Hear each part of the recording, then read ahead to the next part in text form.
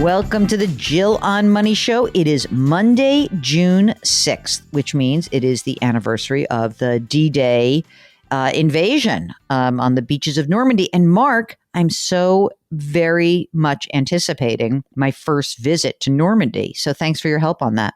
You will love it. I did it a few years back, and it was awesome. Did you just do Normandy, or did you do that? That other town? Cannes, and the other one is Bayeux. Yes. Yeah. Well, you got to take the train into both of those places.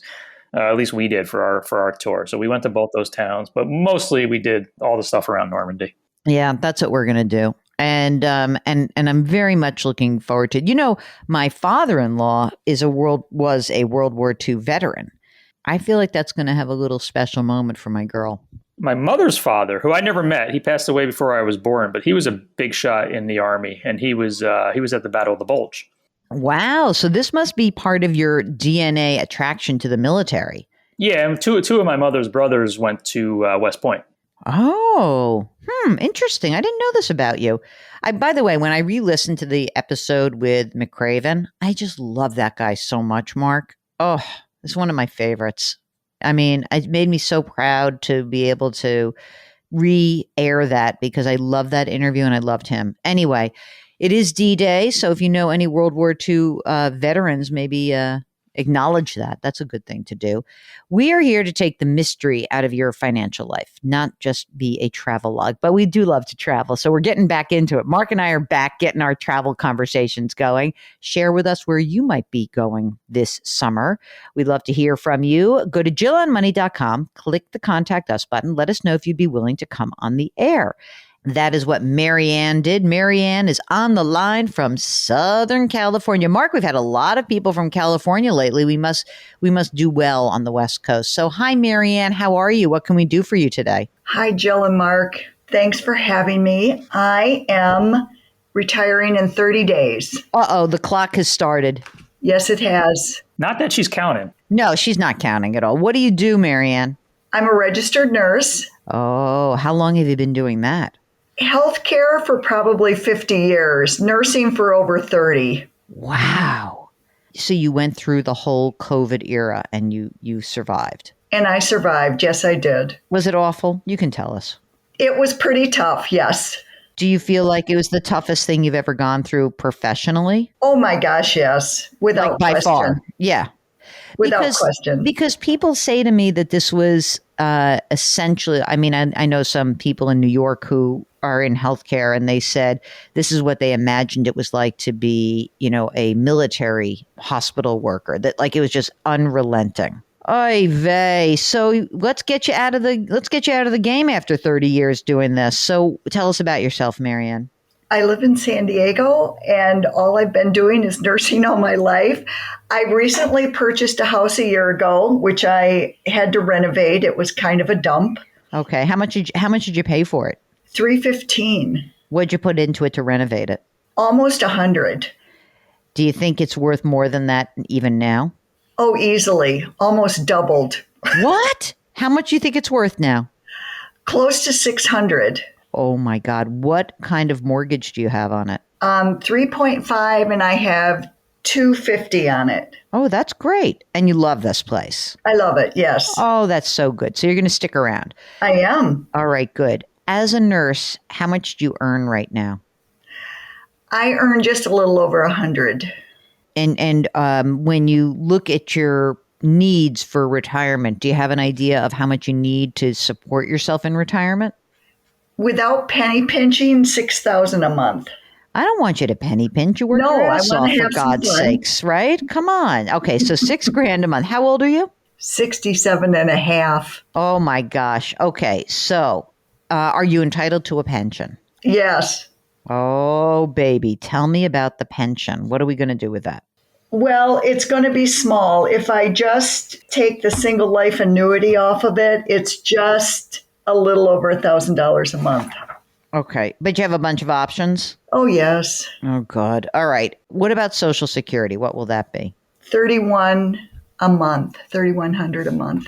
Okay. And tell us about the money you've saved. So I have an IRA rollover that's at $337,000. and a 403b that's 246,000. I have 57,000 in an emergency fund and then 18,000 just in cash. Okay.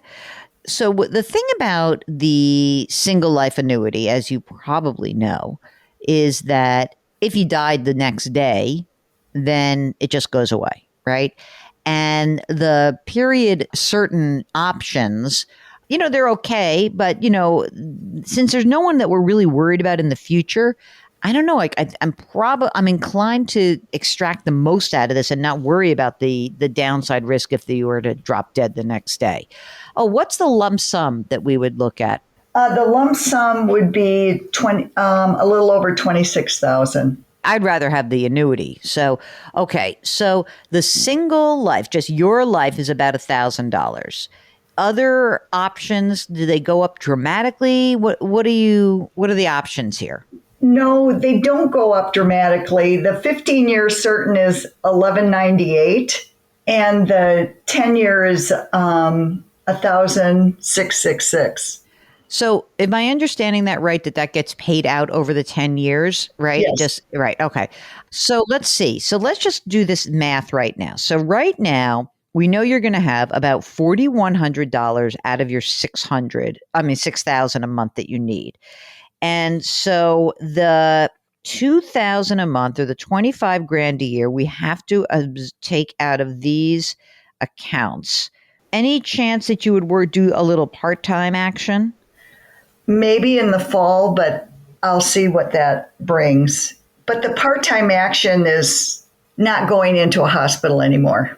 Yeah. I get you.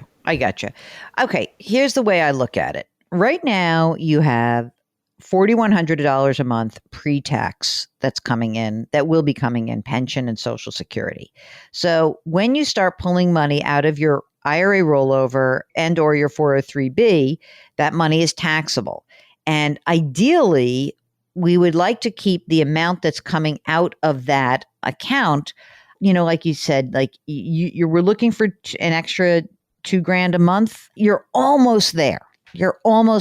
But it doesn't quite magically work, because when I do a 3% withdrawal rate, which I know everyone listening, that just means we're pulling 3% out of the chunk of money that she has saved, not touching your emergency reserve and not touching your cash, but looking at that 337,000 plus the 246,000, which is about 600,000 or so, and trying to pull out about 3%, it doesn't quite come out to $2,000 a month. So here's my question to you.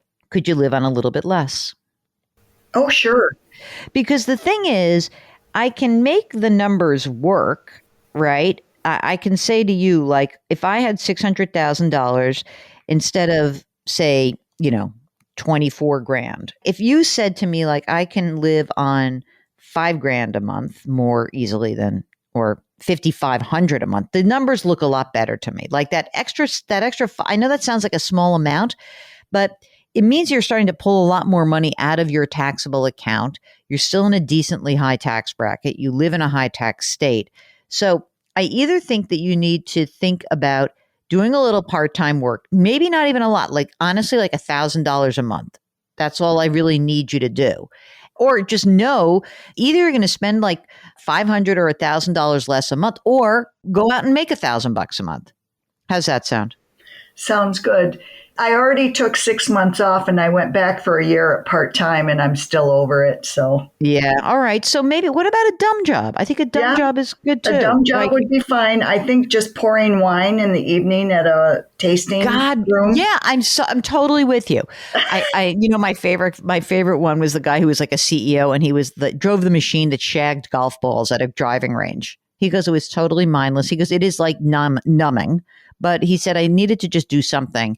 So go do something for $1,000 a month. Go pour some wine, will you? I can do that. All right, that sounds good. You got now you're single. Where's all your money go if you drop dead tomorrow? I have a nephew who's developmentally disabled, so that's where it's going to go. Oh, that's very good. You've talked to your sibling who's the parent of that child?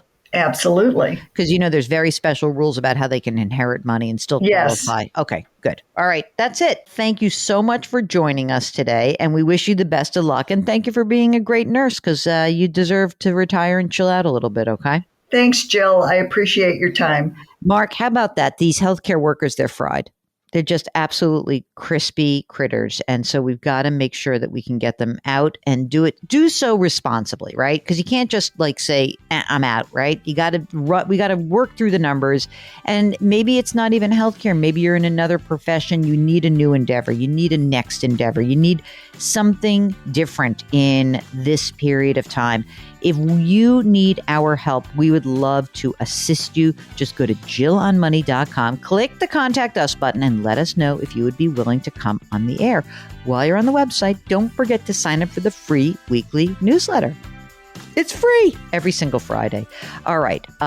What can I tell you? What else? Leave us a rating and a review on Apple and try to do something nice for someone else today. Grit, growth, grace. Thank you for listening. We'll talk to you tomorrow.